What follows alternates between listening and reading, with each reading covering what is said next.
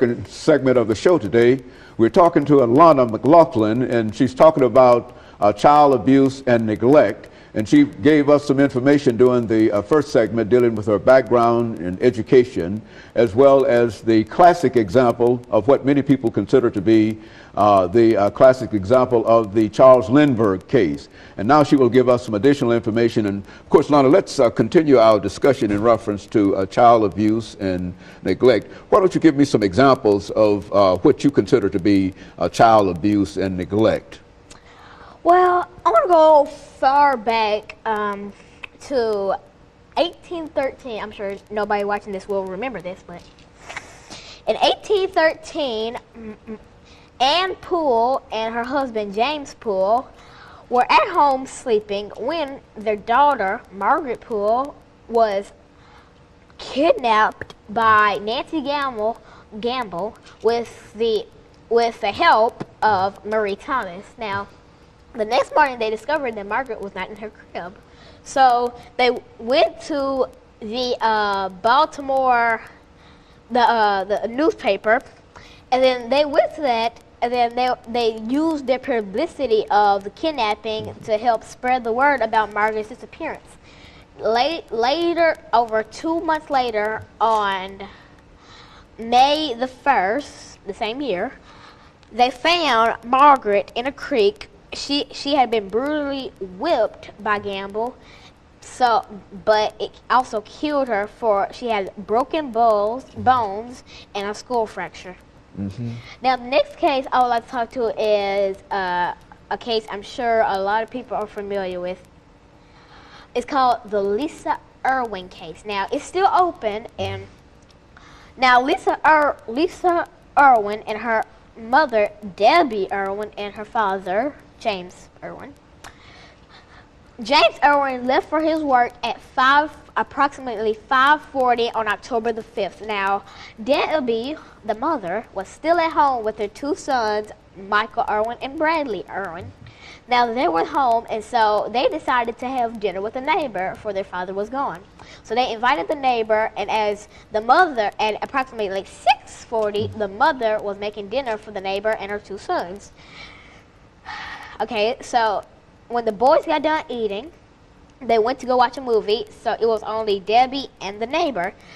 Debbie admits she had several glasses of wine and she felt a little drunk, so she went to bed. So when James came back home at 3:45 a.m. the next day, he went to the master bedroom, and apparently Michael had had a nightmare, so he was in the master bedroom, and Bradley explained everything that happened. So Michael was in the master bedroom with his mother, Debbie. So he went to baby Lisa's room, which they called her Pumpkin Pie. So he went to Pumpkin Pie's room, and apparently he saw that she was not in her crib, but her favorite stuffed animal, Barney, was still in her crib, and her bottle was on the floor. James started to panic and he woke everybody up. Then he called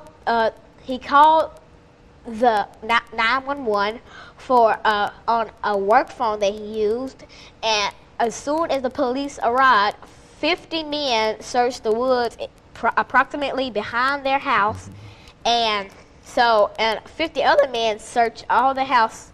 So Debbie took a lie detector test and she failed, but they didn't give James a test they verified his whereabouts. So my theory is that the neighbors probably had something to do with this, because they left out, they didn't say where the neighbors were when Debbie went to bed. The two boys, before Debbie started making dinner, she put Lisa down because she was a bit fussy that day.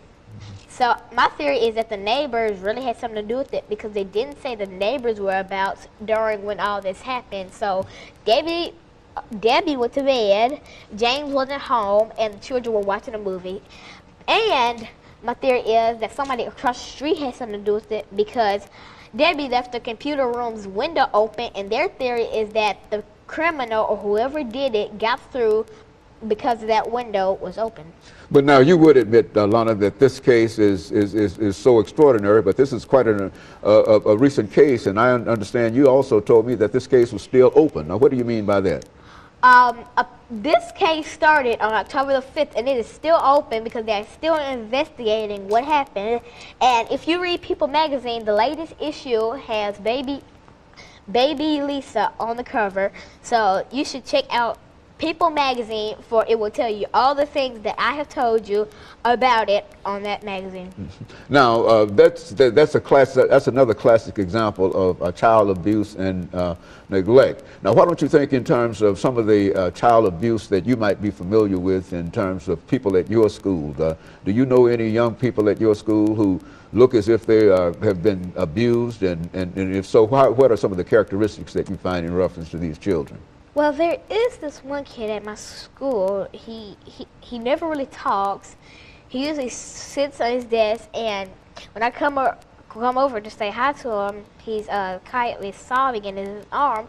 And I noticed on his arm there were blood scratches all down his arm. And I asked him what happened, and he claimed that his dog attacked him. But I really think something is up. So I took him to the guidance counselor, and we're still trying to figure out if he's okay or not. Again, that's an example of what you're doing at your school.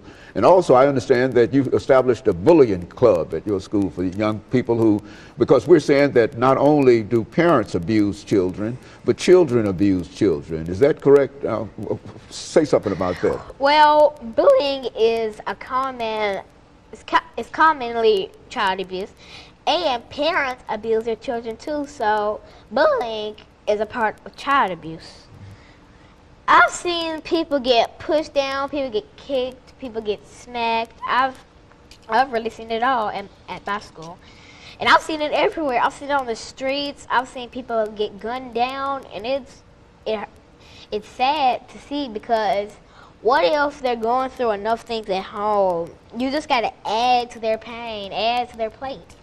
Very good. And of course, Alana, we're getting ready for our second commercial break here, and you've given us quite a bit of information about classic child abuse and some of the classic cases in reference to child abuse. And not only that, you've even opened up some cases that are even being investigated today, and giving your theories in reference to it, and et cetera. And I want you to know that we certainly appreciate that. But now, when we come back during this last segment, we're going to have to deal with what we might consider the classic kind of child abuse that you talked about earlier, and then we're going to deal with some of those issues involved. And we'll be back with our audience following this very, very short commercial break.